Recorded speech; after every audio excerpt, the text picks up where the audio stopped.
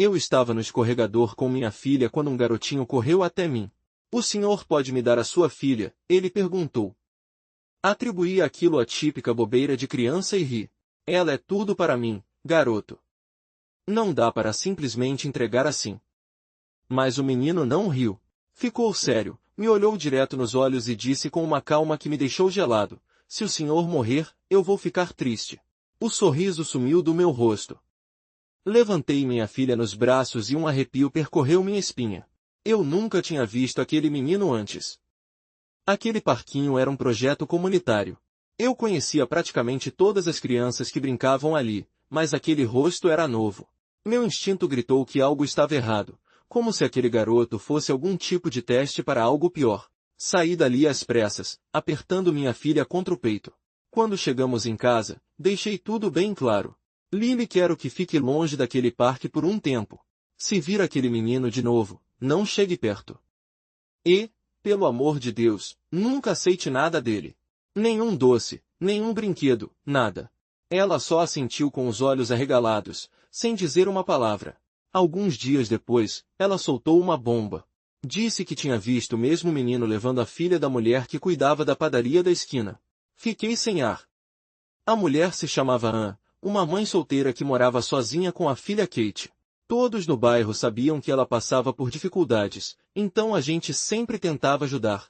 Peguei o telefone e liguei para ela, mas a chamada caiu direto na caixa postal. Imaginei que estivesse fazendo alguma entrega. Cerca de 1h30 depois, Ann apareceu no meu restaurante, transtornada, chorando, os olhos vermelhos. Onde está a Kate? Gritou, segurando Lily pelos ombros. Onde ela está? Minha filha ficou em choque, sem conseguir responder. Pedi para Ana ligar para o 911 e fomos procurar pela cidade. Seguimos o rastro até a avenida principal, mas depois disso nada. A polícia chegou rápido.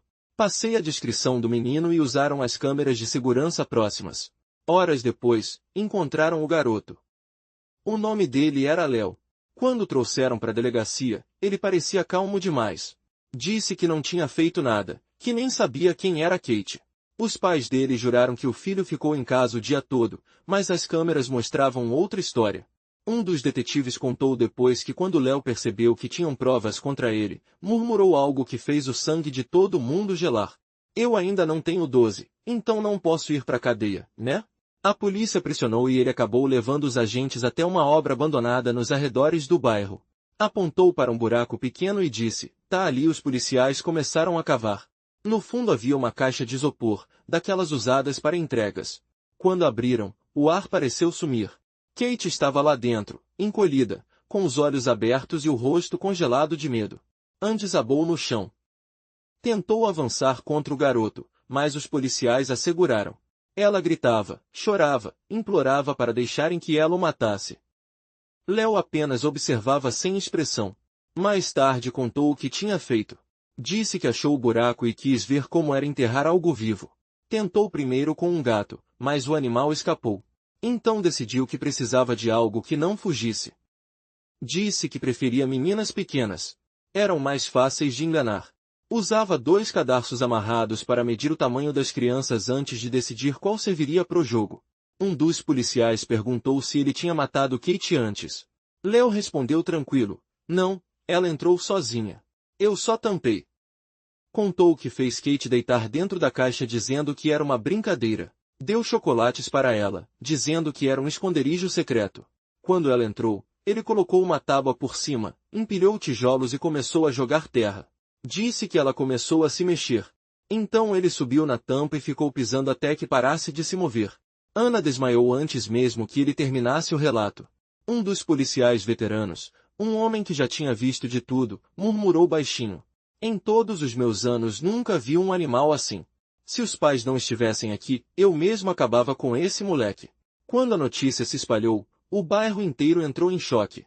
Muita gente foi até o meu restaurante querendo saber onde o garoto morava. Queriam fazer justiça com as próprias mãos, mas a polícia foi clara. Se alguém vazasse o endereço, seria preso.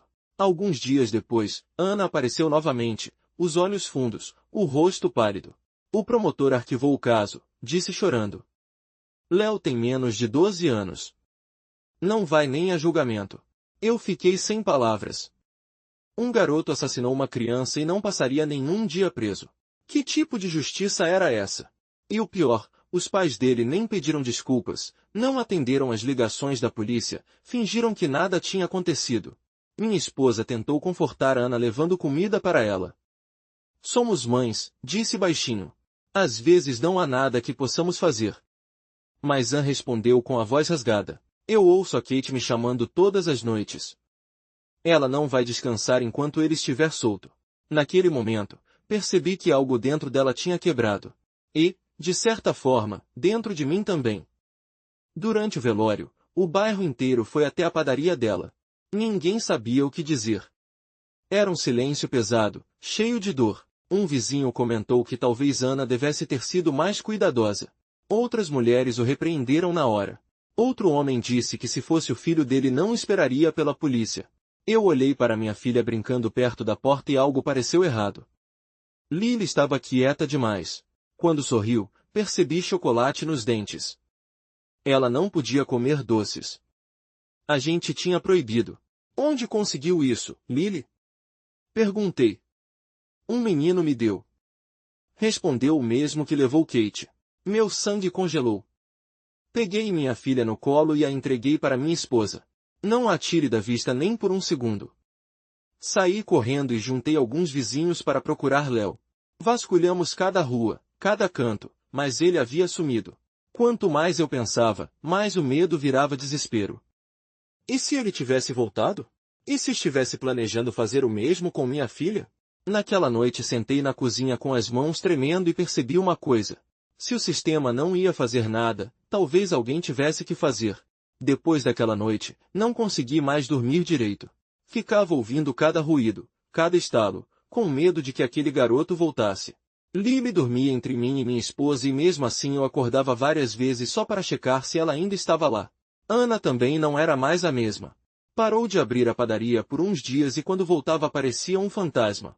O olhar dela era vazio, seco, parecia ter esquecido como era respirar direito. Eu tentei conversar, mas ela só dizia uma coisa, ele vai fazer de novo. E no fundo eu sabia que ela estava certa. Léo era o tipo de menino que não pararia, não depois do que fez, e muito menos depois de sair impune. A ideia de vê-lo livre, andando pelas mesmas ruas que nossas crianças, me deixava doente. Alguns dias depois, Lily veio até mim, segurando um papel de bala. Ele me deu isso, disse baixinho. Meu corpo inteiro gelou. O garoto estava por perto de novo. Passei a mão na cabeça dela e tentei não deixar transparecer o pânico, mas quando olhei pela janela, tive certeza. Léo estava no outro lado da rua, parado, me observando, sorrindo. Chamei Ana naquela mesma noite. Contei o que aconteceu. Ela me olhou com os olhos ardendo, cheios de uma fúria que eu nunca tinha visto em ninguém. Da próxima vez que ele aparecer, me avisa antes. Disse firme. Eu mesma vou acabar com isso. Ansio estar falando por impulso. Ela falava como quem já tomou uma decisão. Passei a noite pensando no que fazer. O sistema falhou. A polícia não podia tocar nele, mas eu podia. Na manhã seguinte, quando abri o restaurante, vi a foto em preto e branco de Kate colada na parede da padaria do outro lado da rua. O sorriso da menina me atravessou o peito. Foi ali que decidi. Se o Estado não podia fazer justiça, eu faria. Conversei com Anne de novo. Não foi fácil, mas ela concordou em me ouvir. Expliquei o plano. Lily voltaria a brincar perto do parque, mas sob nossa vigilância era o único jeito de atrair Léo. Anne hesitou por um segundo, mas depois apenas disse, ele vai voltar. Sempre volta. Durante quase um mês fizemos isso. Lily brincava no quintal ou na calçada e eu e Ana vigiávamos de longe, disfarçados, fingindo normalidade. Nada acontecia. Até que um dia eu vi. Léo estava ali de novo, parado na esquina, observando o mesmo olhar calmo, vazio, como se o mundo fosse apenas um jogo sem consequência. Meu coração disparou. Chamei Lily e pedi para ela ir para casa. Ela obedeceu e o garoto começou a segui-la exatamente como eu esperava. Entrei na van e fui atrás. Esperei o momento certo numa rua sem câmeras. Parei o carro, desci, agarrei Léo pelos ombros e o arrastei para dentro. Ele gritou, mas ninguém ouviu. Em minutos, estava trancado no depósito atrás da padaria de Ana. Ela já me esperava. Na frente dela, uma pequena mesa com a foto de Kate e uma vela acesa. Quando me viu entrar com o menino, não disse nada. Léo se sentou no chão, encostado na parede. Tinha o rosto sujo, a camiseta vermelha, com desenhos de dinossauros, o olhar calmo, calmo demais.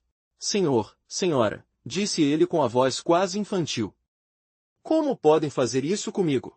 Eu só sou uma criança. As palavras ecoaram no ar como uma provocação. Anne ficou em silêncio.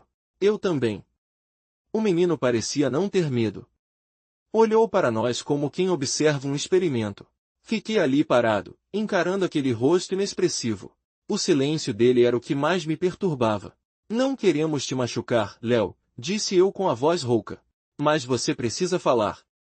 Ele apenas piscou. Nada. Olhei para Ana. Ela estava imóvel, pálida, com os olhos fixos nele. Parecia uma sombra de si mesma. Sussurrei para ela. Se entregarmos ele agora, vão soltar de novo. Então não entregamos. Respondeu com a voz fria, cortante. Deixamos aqui. Que sinto o que Kate sentiu. Meu peito apertou. Por um segundo, pensei em aceitar, mas depois percebi que estávamos prestes a cruzar uma linha que não tinha volta. Não podemos ser como ele, respondi. Ela fechou os olhos e respirou fundo, tremendo. Léo observava tudo, curioso, como se estivesse assistindo a um filme. Aquele olhar me dava nojo. Era como se ele estivesse avaliando nossas reações. Foi então que me veio uma ideia. Não podíamos fazer justiça com as próprias mãos, mas podíamos conseguir algo que forçasse o sistema a agir. Peguei meu celular e apontei para ele. Quer sair daqui? Perguntei. Ele assentiu devagar. Então, conta a verdade, tudo o que fez. Sem mentir, Léo me olhou e um sorriso torto apareceu no canto da boca. Não era um sorriso humano, era algo vazio, mecânico. E começou a falar. Falou das medições, com os cadarços, dos testes que fazia com outras crianças, dos jogos de confiança. Falou de como se sentia curioso, não arrependido. E, enquanto ele falava, eu gravava. Quando terminou, desliguei o celular e fiquei olhando para ele em silêncio. Senti um gosto amargo na boca. Era ódio, puro e simples. Saí do depósito para respirar. Atrás de mim, ouvi Ana vomitando. Sabíamos que tínhamos conseguido o que precisávamos. Uma confissão, provas reais. No dia seguinte, fui direto à delegacia. Entreguei o vídeo, as embalagens de chocolate que Lily tinha guardado e o caderno que encontramos na mochila de Léo, cheio de desenhos de corpos e medidas. O policial que me atendeu, um homem de meia idade chamado Moraes, ficou em silêncio por longos minutos. Quando terminou de assistir, levantou o olhar e disse, isso muda tudo. Não era uma promessa, mas pela primeira vez parecia haver uma chance. Voltei para a padaria. Ana estava sentada no chão, abraçada à foto da filha. Quando entrei, ela levantou a cabeça devagar. Vamos entregá-lo, eu disse. Ela respirou fundo e assentiu, mas me certifico de que dessa vez ele não sai impune. E juntos voltamos para o inferno. Naquela noite não dormi. Fiquei sentado na cozinha com o celular em cima da mesa, olhando para o relógio que parecia não se mover. O som da respiração de Lily vindo do quarto era a única coisa que me mantinha são. Ana dormia no sofá. Minha esposa Clara cobriu ela com uma manta em silêncio. Nenhuma de nós disse nada. Não havia o que dizer. A casa parecia cheia de fantasmas. Quando o sol começou a nascer, preparei café e saí. O rosto mal barbeado, os olhos ardendo, o vídeo de Léo salvo num pendrive dentro de uma pasta plástica. Era tudo o que tínhamos. Cheguei à promotoria sem marcar hora. Uma mulher de uns 30 e poucos anos me atendeu. Cabelos lisos, óculos grandes, expressão impaciente. O caso já foi arquivado, disse sem levantar os olhos. O garoto é menor de 12. A lei não permite reabertura. Coloquei o pendrive sobre a mesa. Então assista. Só isso. Ela me olhou irritada, mas ligou o computador. O vídeo começou. Durante os primeiros segundos, ela parecia indiferente. Depois, a expressão dela mudou. Franziu o senho, mordeu o lábio inferior e ficou tensa. Quando terminou, Ela tirou os óculos.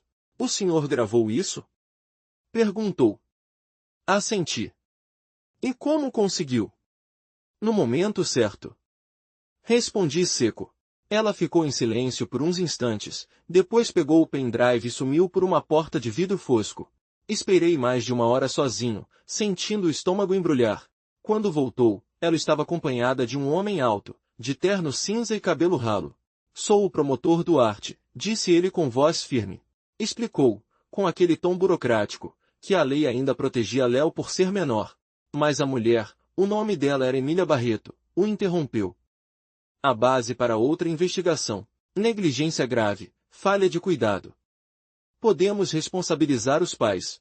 O promotor hesitou, mas concordou em revisar. Não era justiça completa, mas era um começo. Voltei para casa com as pernas trêmulas. Quando entrei, Ana estava sentada na sala com uma xícara nas mãos. Me olhou sem perguntar nada. Eles vão investigar os pais, eu disse. Ela fechou os olhos e respirou fundo, como se aquele ar pesasse toneladas. Já é alguma coisa, murmurou. Mas e se nada mudar? Então a gente não para. Pela primeira vez em muito tempo, vi algo novo nos olhos dela. Não era ódio, era vontade de lutar. 2 dias depois, ela postou uma carta aberta nas redes sociais.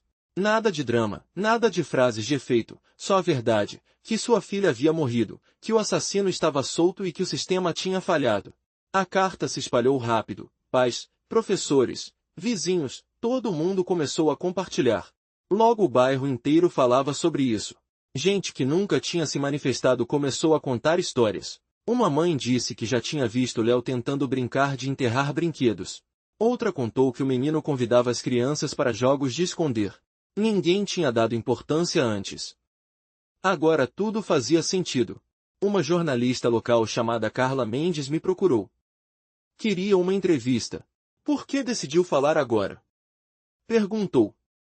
Porque se eu ficar calado, outro vai morrer. A matéria saiu naquela noite. Junto dela, uma imagem do caderno de Léo, um desenho infantil de uma menina dentro de uma caixa. Sem sangue, sem palavras, mas o horror estava ali. Foi como uma faísca. As pessoas começaram a lembrar de pequenos incidentes. Uma vizinha contou que o filho dela tinha voltado para casa assustado depois de brincar com um menino que queria fazer uma caverna. Outro disse que Léo pediu para ele fingir que estava dormindo dentro de uma caixa. Tudo que antes parecia inofensivo, agora se encaixava como um quebra-cabeça sinistro. 2 dias depois, recebi uma ligação de Emília. Vamos pedir uma medida cautelar contra os pais, disse ela. Já não é só sobre Léo. Quando contei para Ana, ela chorou, mas foi um choro diferente, com um respiro no meio, quase um alívio. Nos sentamos na varanda de casa, tomando chá quente. E se eles deixarem ele livre mesmo assim? Perguntou. Então a gente continua até que alguém ouça. Ela me olhou com os olhos fundos, marcados de noite, sem dormir. Obrigada, sussurrou. Por acreditar que ainda vale a pena lutar. Não respondi. Só apertei a mão dela porque no fundo eu também estava com medo. Medo de que tudo voltasse à estaca zero, mas pela primeira vez não estávamos sozinhos. Nos dias seguintes, percebi que Lily estava diferente. Sempre foi uma criança viva, falante, cheia de energia. Agora ficava quieta, olhava para nada, mexia no prato sem comer. Minha esposa notou primeiro. Ela fala menos, disse Clara. Não quer sair nem pro jardim. Assenti. Eu também percebia. Era como se o brilho dela tivesse apagado. Na manhã seguinte, enquanto amarrava os cadarços dela para ir à escola, Lily me perguntou baixinho, pai, aquele menino vai voltar? Meu coração travou. Não, meu amor. Ele não pode mais te machucar, eu prometo. Ela baixou o olhar e ficou em silêncio. Naquela noite, Clara sugeriu terapia. Eu achei exagero no começo, mas acabei cedendo. Conseguimos uma psicóloga infantil, Lúcia Navarro, uma mulher de fala calma e olhar gentil. O consultório era acolhedor, cheio de cores e brinquedos. Na primeira sessão, Lily não falou uma palavra, apenas desenhou uma menininha dentro de um círculo fechado. Quando Lúcia perguntou o que era, ela respondeu, um esconderijo. Na terceira sessão, a psicóloga me chamou para conversar. Disse que Lily não apresentava traumas profundos, mas carregava medo. Medo do mundo, medo de que os adultos não pudessem protegê-la. E o que podemos fazer? Perguntei. Mostrar que vocês também têm medo, disse ela. Mas que enfrentam. Não mintam, não finjam, sejam presença. Saí de lá com o coração pesado. Em casa naquela noite, Lily pediu para eu ficar com ela até dormir. Sentei no chão, ao lado da cama. Depois de alguns minutos, ela sussurrou: Pai, por que a Kate não gritou? Demorei para responder. Talvez ela não soubesse que estava em perigo, filha. Ela ficou em silêncio por alguns segundos, depois disse: Mas eu sabia e não fiz nada. Aquelas palavras me atravessaram. Respirei fundo. Você fez o que devia. Nos ouviu, se protegeu. Ela chorou baixinho. Eu não quero que ninguém mais desapareça, nem eu, meu amor. Abracei minha filha e fiquei ali até o sono vencer o medo. Do lado de fora, Clara me esperava no corredor. Nunca imaginei que isso ia nos atingir assim, murmurou. Nem eu nos abraçamos, não como antes, não por amor romântico, mas como dois sobreviventes tentando lembrar como era viver sem medo. Uma semana depois, Lily me surpreendeu, pediu para ir até a padaria de Anne comprar muffins. Perguntei se queria ir sozinha e ela respondeu rápido: Não, vamos todos. Foi a primeira vez em muito tempo que quis sair de casa. Caminhamos até lá juntos. O ar estava frio, mas o sol era suave, quase gentil. Quando empurrou a porta da padaria, o sininho tocou e Ana apareceu atrás do balcão. O rosto ainda carregava o cansaço, mas havia algo diferente, um vestígio de paz. Oi, Lily, disse ela com uma voz doce. Fiz uns muffins especiais para você, sem sementes. Lembra que você não gosta delas, né? Lily assentiu tímida. Por alguns segundos, as duas ficaram se olhando e então minha filha a abraçou. Foi simples, silencioso, mas real. Fiquei ali parado, com os olhos marejados, sem conseguir dizer nada. Talvez aquele abraço fosse o primeiro passo de volta à vida. Ana sorriu de leve e me entregou um pacote de pães. Ela está melhor, disse baixinho. Todos nós estamos tentando. Respondi. Nos dias seguintes, percebi que estava diferente, ainda triste, claro, mas com outro tipo de energia. Ela não chorava o tempo todo, não se arrastava pelos dias. Era como se tivesse encontrado um propósito. Uma manhã entrou no meu restaurante com uma pasta debaixo do braço. Vestia o mesmo casaco de sempre, mas andava ereta, decidida. Vou processá-los, disse, sentando-se à minha frente. Os pais de Léo. E, se possível, o Estado também. Abriu a pasta sobre a mesa. Tinha documentos, cópias de e-mails, nomes de testemunhas. Uma advogada está me ajudando. Laura Bian, você conhece? Eu conhecia, uma mulher séria, de reputação firme. Ela acredita que a base legal para a acusação, continuou Anne. Negligência dos pais, falta de acompanhamento do conselho tutelar. E o que você quer com isso? Perguntei. Ela me olhou nos olhos sem hesitar. Quero que alguém diga em voz alta que o que aconteceu não foi um acidente, que existiram responsáveis. Fiquei em silêncio por um tempo. Não havia o que responder. Na semana seguinte, foi marcada uma reunião comunitária na igreja do bairro. Quando cheguei, o salão estava lotado. Pais, mães, professores, vizinhos, todos com o mesmo olhar cansado. Até o delegado Morales apareceu de terno amassado e olhos vermelhos. Anne subiu na pequena plataforma improvisada em frente ao altar. A voz dela tremia no começo, mas logo firmou. Minha filha não morreu por acaso, disse. Morreu porque o sistema falhou, porque ninguém fez nada quando devia. Eu não quero vingança, quero mudança. O silêncio foi pesado, profundo. E então alguém começou a aplaudir, não como quem celebra, mas como quem desperta. Depois da reunião, várias pessoas se ofereceram para ajudar. Uma professora aposentada se prontificou a fazer cartazes de conscientização. Um grupo de mães propôs criar uma rede de vigilância para as crianças do bairro. Até um jovem advogado se aproximou de Anne, oferecendo apoio jurídico voluntário. O bairro inteiro começou a se mover. Já não era só a dor de Ana, era o medo coletivo, a necessidade de proteger uns aos outros. Alguns dias depois, recebi uma ligação de Laura Bian, a advogada. Queria que eu prestasse depoimento formal. Qualquer detalhe sobre o comportamento dos pais pode ajudar, disse ela. Contei tudo. O modo frio como reagiram na delegacia, o desprezo, o silêncio. Está disposto a testemunhar? Perguntou. Estou. Respondi sem pensar duas vezes. Poucos dias depois, a promotora Emília me chamou de novo. Havia recebido uma denúncia anônima sobre o passado da família de Léo, possível violência doméstica, explicou e suspeita de abandono. A informação ainda estava sendo verificada, mas era um passo importante. Pela primeira vez, algo real estava sendo feito. Naquela noite, sentei com Clara na varanda. Lily já dormia e o ar fresco carregava o cheiro das flores do quintal. Clara me passou uma taça de vinho. Ana parece mais forte, disse ela. Está canalizando a dor. E você? Demorei para responder. Às vezes sonho que Lily não está. Acordo e corro o quarto só para confirmar. Clara segurou minha mão. Estamos quebrados, mas ainda estamos aqui. Assenti. E percebi que de alguma forma a luta de Ana também era nossa, não só por justiça, mas por poder olhar para nossa filha sem medo. Alguns dias depois, Laura me chamou ao escritório dela. O prédio era antigo, de madeira rangendo e cheiro de café. Ela me recebeu com uma pasta aberta sobre a mesa. O Conselho de Proteção à Criança enviou o relatório que pedimos. Disse, fiquei tenso. E o que tem nele? Registros antigos da família de Léo. Segundo o relatório, em 2019 houve uma denúncia de negligência. O pai era agressivo, quebrava coisas, gritava. A mãe alegou que eram discussões normais e o menino? Perguntei. Estava presente em todos os episódios.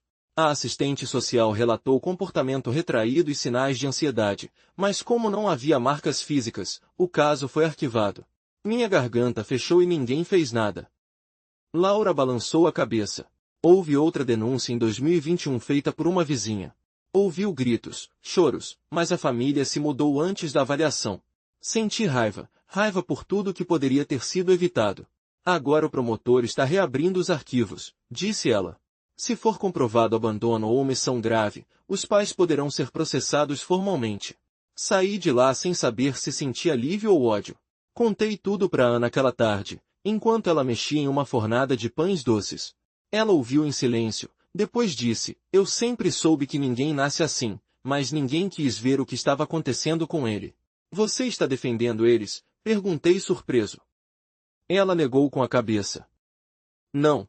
Só quero que entendam que o mal não começa quando alguém mata, começa quando todos fingem que não viram. O forno apitou e o cheiro de canela encheu o ar. Nenhum de nós disse mais nada.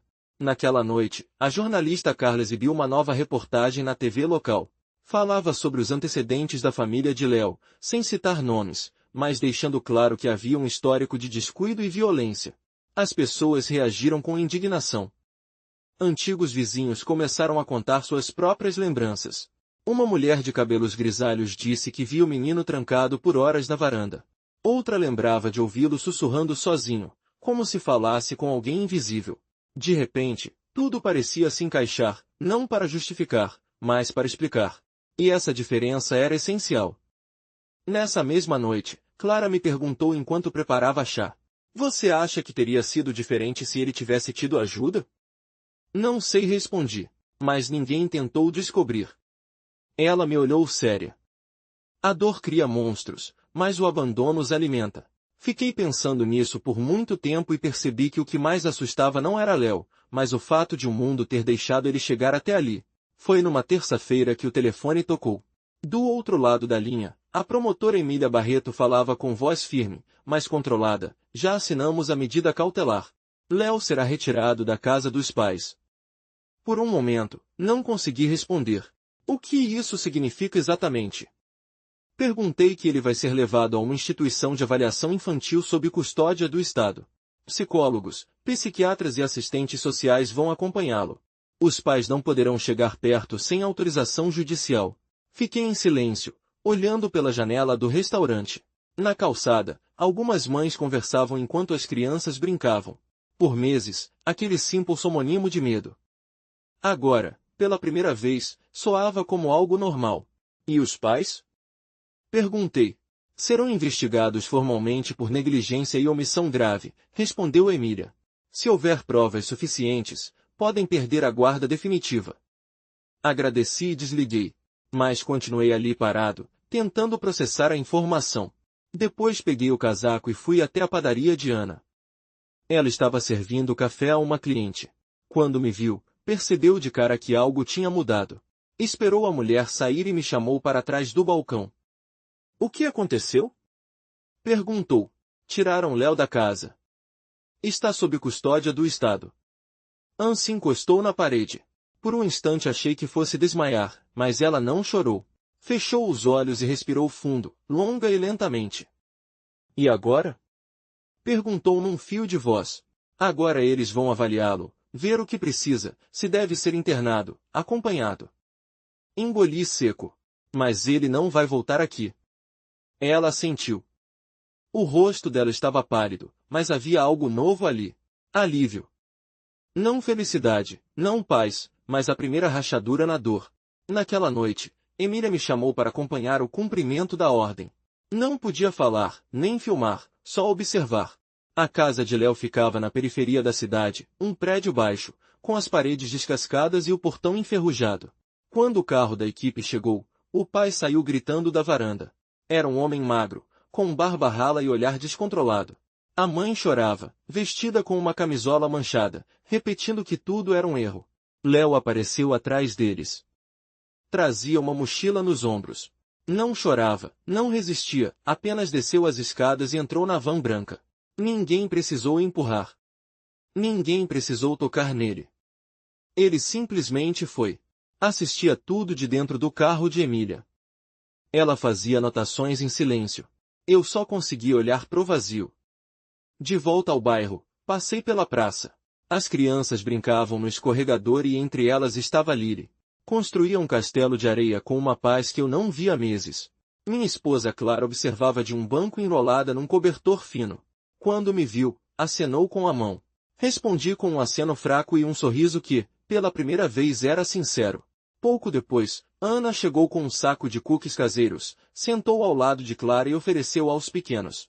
O modo como ela olhou para minha filha foi diferente, sem pena, sem dor, só ternura. Aquela noite jantamos todos juntos, nada especial, sopa, pão e queijo. Mas o simples fato de estarmos à mesa com risadas baixas e silêncio confortável pareceu um milagre. Depois do jantar, Lily trouxe um desenho novo.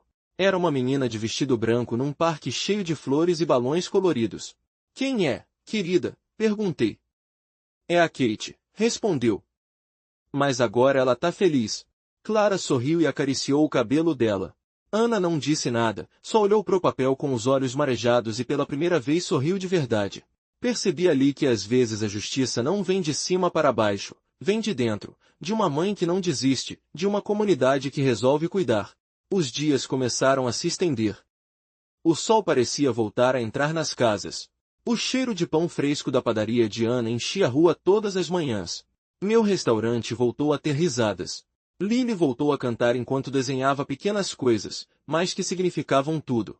Clara começou a cuidar das plantas do quintal outra vez. Comprou flores novas, reorganizou o jardim, reacendeu velhas rotinas que tinham morrido junto com o medo e eu, aos poucos, voltei a respirar sem culpa. Uma noite sentei no sofá com Clara. Lily já dormia. Olhamos a foto antiga na estante, nós três no parque rindo. Fazia tanto tempo que parecia outra vida, sabe?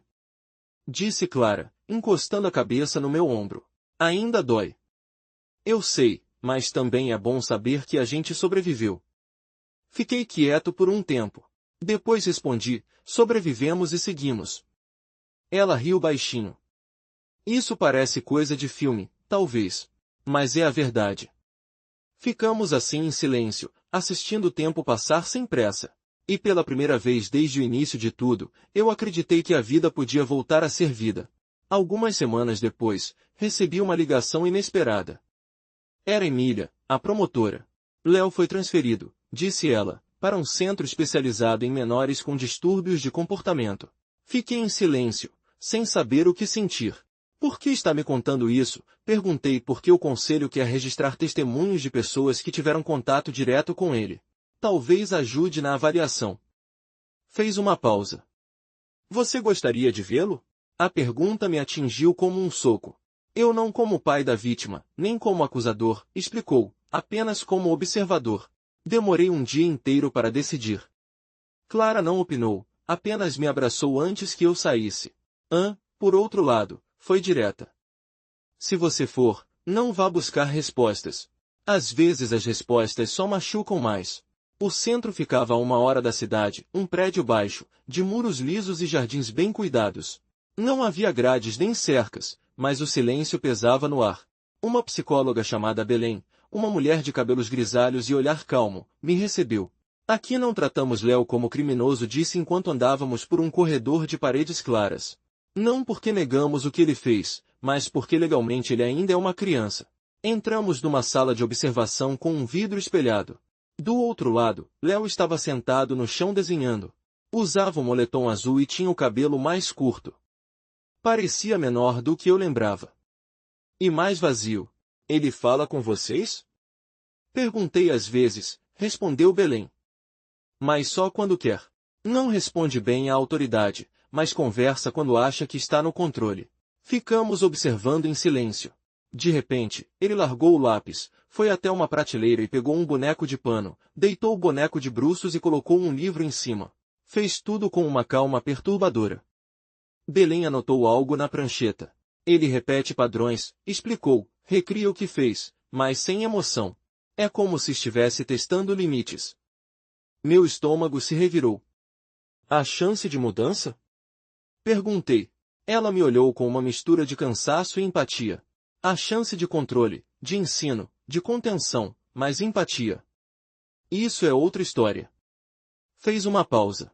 Algumas crianças aprendem a sentir, outras apenas aprendem a fingir. Fiquei em silêncio, observando aquele garoto que um dia destruiu tantas vidas. Não havia arrependimento nem raiva, apenas um vazio assustador. Saí de lá com a cabeça girando. Belém me acompanhou até a porta. Entender o que ele é não significa perdoar, disse. Mas ajuda a impedir que aconteça de novo no carro. Fiquei parado por longos minutos antes de dar partida. Olhei para o céu nublado e pensei em Kate. Pensei em Anne, em Lily, em todos nós tentando seguir em frente. E percebi que justiça, no fim das contas, não é punição, é impedir que o mal se repita. Quando voltei para casa, Clara me esperava na varanda. Tinha colocado uma flor nova no vaso, uma margarida branca. Como foi? Perguntou. Difícil, mas necessário. Jantamos em silêncio. Mais tarde, Lily pediu para eu ler uma história antes de dormir. Escolheu um livro sobre um raposinho perdido na floresta. Pai, disse ela encostando a cabeça no travesseiro. E se o raposinho fosse mau? Sorri de leve. Então, talvez ele só precisasse que alguém mostrasse outro caminho. Igual você e a mamãe me mostram, perguntou sonolenta. Igualzinho, meu amor. Ela me abraçou. O cheiro de shampoo de morango e a respiração leve dela foram o som mais reconfortante do mundo. Antes de sair do quarto, olhei para a repisa onde ela guardava seus desenhos. Entre eles, uma flor de papel colorida, simples, feita com fita adesiva e carinho. Lembrei das palavras de Belém. Algumas crianças aprendem a sentir. E agradeci em silêncio por minha filha ser uma delas. Na sala, Clara me esperava com 2 xícaras de chá. Quer saber o que eu acho? Disse ela. O quê? Que a gente finalmente está respirando. Sentei ao lado dela, exausto, mais leve. Olhei pela janela. O vento balançava as cortinas, e por um momento, o mundo parecia quieto, em paz. Fechei os olhos e pensei, sim, estamos respirando. E pela primeira vez, sem medo, 1 ano se passou. O tempo não apagou as cicatrizes, mas suavizou as bordas. As árvores da praça cresceram um pouco mais. As flores que plantamos meses atrás ainda floresciam, cuidadas por voluntários do bairro. Os bancos foram pintados de novo e o velho escorregador, aquele mesmo onde tudo começou, agora brilhava sob o sol da manhã. Ninguém mais chamava aquele lugar apenas de parque. Agora era Praça Kate. O nome surgiu naturalmente, como se sempre tivesse sido assim. Lily cresceu. Não era mais a menina assustada que acordava chorando. Voltará a rir alto, a correr, a inventar brincadeiras novas. Às vezes ainda tinha pesadelos, mas sabia como respirar fundo e se acalmar. Ana também mudou. Abriu uma pequena fundação ao lado da padaria. Chamou de alas de papel, asas de papel. Dava palestras curtas para pais, promovia encontros com psicólogos e arrecadava doações para melhorar espaços públicos para crianças. O letreiro pintado à mão mostrava uma borboleta colorida desenhada por uma das alunas da escola local. Era simples, bonito e cheio de significado. Nos víamos com frequência. Às vezes ela vinha até o restaurante, outras vezes eu passava na padaria para levar café. Não falávamos sempre de Kate, mas ela estava ali em cada gesto, em cada sorriso cansado, em cada flor nova que Ana colocava no balcão. Uma tarde, Clara preparou um lanche em casa. O sol entrava pela varanda e deixava o ar dourado. Anne chegou com uma caixa de cookies e uma flor branca na mão para Lily, disse. Minha filha correu para abraçá-la. A flor foi direto para a prateleira do quarto, ao lado das outras que ela vinha colecionando desde o ano anterior. Flores de papel, flores de plástico, flores de verdade, todas lado a lado, formando um pequeno jardim de lembranças. Depois do lanche, Lily me chamou no quintal. Queria que eu a empurrasse no balanço que instalei meses antes. Pai, disse ela rindo. Você acha que a Kate me vê? A pergunta me pegou desprevenido.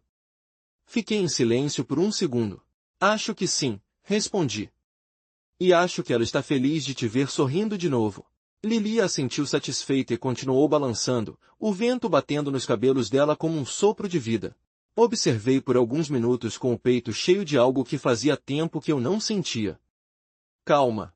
Mais tarde, depois que todos foram embora, fiquei sozinho no restaurante já fechado. As luzes da rua refletiam nas janelas e o som distante de risadas infantis vinha da praça. Peguei uma taça de vinho e fiquei ali olhando a cidade quieta. Pensei em Léo, no centro onde ele estava. Será que ainda desenhava bonecos e caixas? Será que algum dia entenderia o que fez? Talvez nunca, mas pela primeira vez percebi que não precisava saber. Não era mais sobre ele, era sobre o que ficou, sobre o que escolhemos fazer com a dor. Clara veio por trás e me abraçou. Encostou a cabeça no meu ombro. Em que está pensando? Perguntou em tudo que sobreviveu. Ela sorriu fraco. Então pensa em nós também, porque sobrevivemos juntos. Assenti. E pela primeira vez entendi o que ela queria dizer. Sobreviver não é esquecer, é aprender a viver de novo com o que restou. No mês seguinte, a comunidade decidiu fazer algo simbólico. Uma pintura nova na parede da praça, feita por um artista local chamado Fernando, um senhor magro, de cabelos brancos e mãos manchadas de tinta. Ele convidou as crianças para ajudar. O resultado foi um mural colorido, uma menina de trança segurando uma pipa cercada de nuvens e estrelas. Acima, em letras grandes, lia-se por todas as crianças que voltaram a brincar. O dia da inauguração foi claro, leve. Havia mesas com suco, bolos e risadas. Lily usava um vestido florido e corria entre os amigos. Anne observava de longe, com os olhos úmidos e um sorriso tranquilo. Quando chamaram ela para falar algumas palavras, subiu devagar no pequeno palanque e olhou para todos. Obrigada, disse com a voz firme, por não deixarem minha filha ser esquecida. Fez uma pausa. Que a Praça Kate não seja lembrada pela tragédia, mas pela vida que ela inspirou. O silêncio que veio depois não foi triste, foi cheio de respeito. Um daqueles silêncios que dizem mais do que qualquer aplauso. Cortaram a fita e as crianças correram para os balanços e escorregadores. O som de suas risadas encheu o ar, misturado ao cheiro de bolo e tinta fresca. Lily correu até mim e pegou minha mão. Posso brincar mais um pouco? Pode, meu amor. Ela sorriu e saiu correndo, com o vestido girando no ar como uma bandeira de paz. Enquanto a observava, percebi que a dor ainda existia, mas não dominava mais nada. Ela estava ali quieta, transformada em força, em vida. Anne se aproximou com um punhado de pulseirinhas vermelhas. Fizemos com as crianças da fundação. Disse, posso deixar algumas no seu restaurante? Para quê? Perguntei. Ela sorriu, para lembrar. Às vezes lembrar é o que salva. Peguei uma e fechei a mão sobre ela. Era simples. Fio vermelho, uma conta branca no centro. Eu me encarrego de não deixar ninguém esquecer, disse. Anne assentiu e se afastou, olhando o mural com um brilho no olhar que eu nunca tinha visto antes. Não era tristeza, era recomeço. E naquele fim de tarde, com o vento leve e o riso das crianças ecoando, percebi que talvez depois de tudo a vida estivesse finalmente voltando pro lugar. Um ano depois da inauguração da Praça Kate, tudo parecia diferente. O bairro, antes silencioso e desconfiado, voltava a respirar. As árvores estavam maiores, as flores mais vivas, os bancos cheios de gente e o som das crianças correndo já não soava como lembrança de medo, mas como prova de que a vida tinha vencido. Lily estava mais alta, falava com confiança, ria sem se esconder e, às vezes, ajudava Ana na padaria depois da escola. Quando a via com o avental branco, as mãos cheias de farinha, meu peito se enchia de um orgulho silencioso. Aquela menina tinha atravessado o inferno e aprendido a florescer de novo. Ana também mudou muito. A Fundação Alas de Papel cresceu. Agora recebia doações de outros bairros e até visitas de psicólogos voluntários. Uma vez por mês, ela organizava encontros entre pais e crianças com oficinas de desenho e rodas de conversa. Ela dizia que era para ensinar os adultos a ouvir antes que seja tarde demais. O cartaz da fachada era simples. Nenhuma criança deve ter medo de brincar. Naquela tarde de primavera, Clara preparou um lanche na varanda. Anne trouxe uma torta de maçã e Lily correu para mostrar seus desenhos novos. Esse é o parque, disse apontando. E essa sou eu e a Kate. As duas estavam de mãos dadas, com as coloridas desenhadas nas costas. Clara e Ana se entreolharam e ambas sorriram. Não havia tristeza naquele sorriso, apenas ternura. Depois do lanche, Lily foi pro quintal e eu fiquei um tempo observando as duas mulheres conversando. Pensei em como o destino tinha unido nossas vidas e em como a dor delas tinha se transformado em algo que agora protegia outras pessoas. À noite, quando o restaurante fechou, sentei sozinho com uma taça de vinho, como fazia às vezes. As luzes do bairro brilhavam fracas, refletindo nos vidros da janela. O ar cheirava a pão doce e a terra molhada, o cheiro de casa. Peguei o celular e abri uma mensagem que Emília havia enviado algumas semanas antes. Falava do caso de Léo. O garoto continuava no centro de tratamento, passava por avaliações constantes e os relatórios indicavam comportamento controlado, porém emocionalmente neutro. Nenhum sinal de culpa, nenhum arrependimento, mas também nenhum novo episódio de agressividade. Por um instante, senti um tipo estranho de paz, não alegria, não perdão, só paz. Talvez porque agora o mundo estava protegido dele e de alguma forma isso bastava. Na manhã seguinte, Lily me chamou no quintal. Tinha colocado flores novas na janela do quarto, todas brancas. São para Kate, disse, para ela ver que o céu daqui também é bonito. Meu coração se apertou. Ajoelhei e a abracei forte. Ela está vendo meu amor e está orgulhosa. Clara apareceu na porta sorrindo. A vida tinha se tornado simples de novo, não perfeita, mas suportável. E isso já era um milagre. Alguns dias depois, o conselho do bairro convidou Ana para falar numa escola da região. Ela contou sua história sem lágrimas, sem dramatização. Falou de atenção, de empatia, de olhar para os sinais. Os adolescentes ouviram em silêncio. No fim, uma menina levantou a mão e perguntou: "E a senhora conseguiu perdoar?" Ana pensou por um momento antes de responder: "Não, e talvez nunca consiga." Fez uma pausa e completou: "Mas aprendi a não viver só para odiar." Isso às vezes é o que salva a gente. Quando ela voltou daquela palestra, passou no meu restaurante para me contar. "Foi bom", disse, servindo-se de café. Pela primeira vez senti que tudo isso serviu para alguma coisa. "Serviu, sim", respondi. "Salvou muita gente." Ela me olhou com os olhos tranquilos e disse: "Inclusive a gente naquela noite, Clara, Lily, Anne e eu caminhamos até a Praça Kate. O vento estava leve e o mural pintado por Fernando brilhava sob as luzes novas que a prefeitura instalara. As crianças ainda brincavam e uma música suave vinha de um rádio distante. Anne parou diante do mural, passou os dedos nas letras e respirou fundo.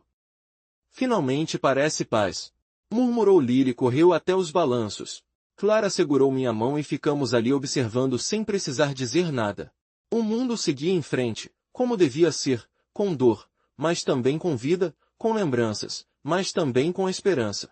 Enquanto voltávamos para casa, Ana me entregou uma pequena pulseira vermelha, igual às que as crianças faziam na fundação. "Leva com você", disse. "Para lembrar que às vezes o recomeço é o maior tipo de justiça que existe." Guardei a pulseira no pulso firme e pela primeira vez desde aquele dia no escorregador, senti que tudo enfim fazia sentido, porque no fim a vida não volta a ser como era. Ela apenas continua mais leve, mais humana, mais real. E dessa vez estávamos prontos para seguir.